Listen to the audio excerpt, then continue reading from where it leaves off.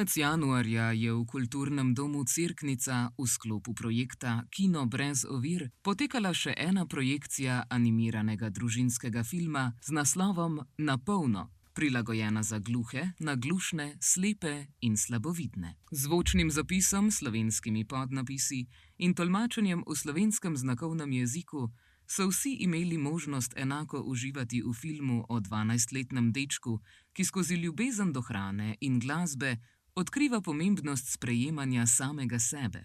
Zgodba se dotika tem odraščanja, prvih ljubezenskih izkušenj in iskanja identitete. Ob tem pa liki s humorjem sporočajo globoka sporočila o samospoštovanju in zaupanju.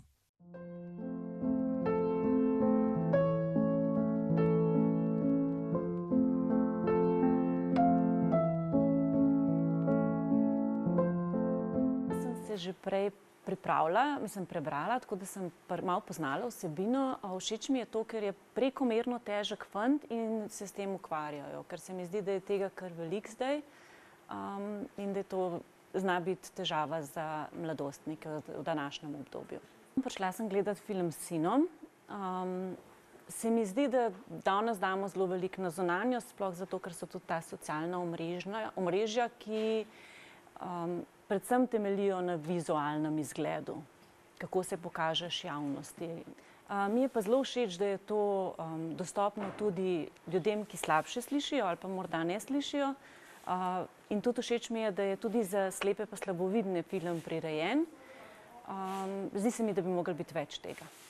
Po projekciji filma je Andreja Gec, filmska pedagoginja in animatorka, udeležencem razložila osnovne tehnike stop-motion animacije, pri kateri se vsaka sličica posname posebej, da se ustvari gibanje. Na delavnici so se spoznali z osnovami uporabe fotoaparata, lutk in drugih materialov za animacijo.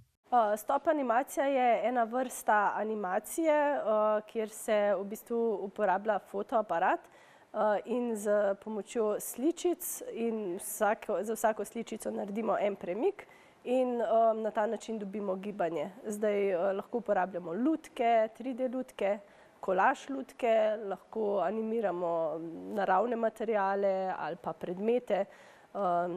Tako da v bistvu stop motion animacija je zelo široka vrsta tehnike.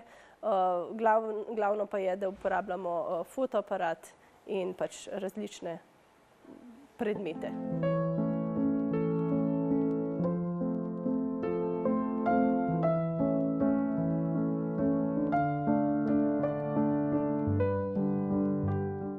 Zanimiva delavnica stop-motion animacije je obiskovalcem omogočila lep vpogled v ustvarjalni postopek nastajanja animiranih filmov, ki jih zaradi zamudne tehnike včasih delajo tudi več let.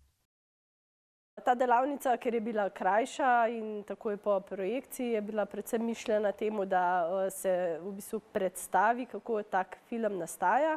Če so delavnice daljše, se lahko otroci na njih tudi sami izmislijo scenarij, izdelajo lutke in tudi sami naredijo animacijo, tako kot je eden od udeležencev tele predstavitve oziroma delavnice imel izkušnjo počitniške delavnice. Običajno se pač sploh za celovečerne animirane filme porabi ogromno časa, bi rekla kakšne 5 let.